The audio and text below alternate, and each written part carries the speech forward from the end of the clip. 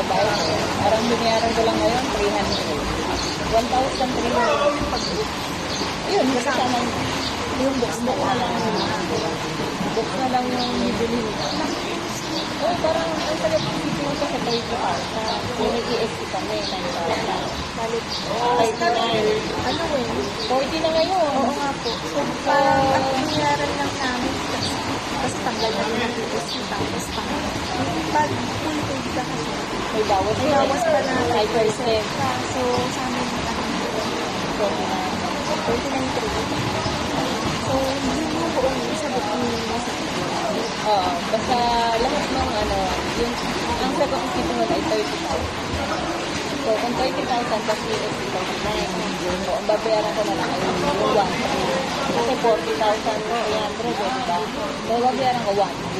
Yung last year, wala, nakaritan pa ako kasi 38 lang yung last year. Diba? Ayun, nakaritan pa ako kasi 30. Nakaritan pa ako sa 100.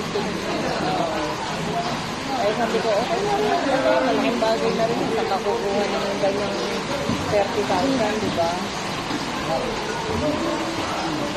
Pero yung sa club, ay si Galea, di ba kasali ka siya? Nagbabayad kami kay coach. Parang dati nga nung vice controller, parang ang dalawang bata yung nagbabayad. Nagbabayad kami dito. Pagkasabi. Ay, ako kasi natanong. Ay, monthly yun eh. Babayad kami ang monthly parang Paano po kapag, di ba kunyari, pero hindi naman lang yun na-attend. Okay lang. ay full day. Kaya mas maganda pa, ano, pag-review naman. Kasi sayang ang bayad. Hindi mag-aaral. Mas mahal kung sabi ko sa amin. Pero pag ganito, nag-club kayo, may 3 months probation lang ito. Yung ibig sabihin, hindi ka pa member. Nasa club ka, pero hindi ka pa member. Nakapalo probation ka. Kapag nakaka-filter yun, dire-dire mo.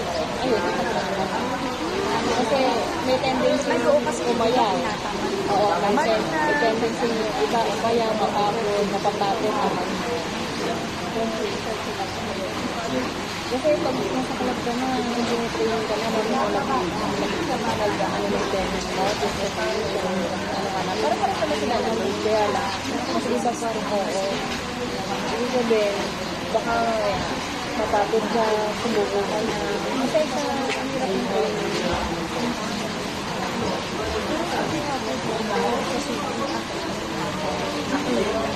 Si volleyball kasi, training sa umaga, may training ko sa hapon. Kaya nung sabi nga ni Jiraya, mama, pinagalingan na ng mga teacher, yung volleyball. Bakit? Yung assignment, sabi ko, assignment, ang sabi daw kasi, may training sila. Ang sabi daw ng teacher, ano ang training mo?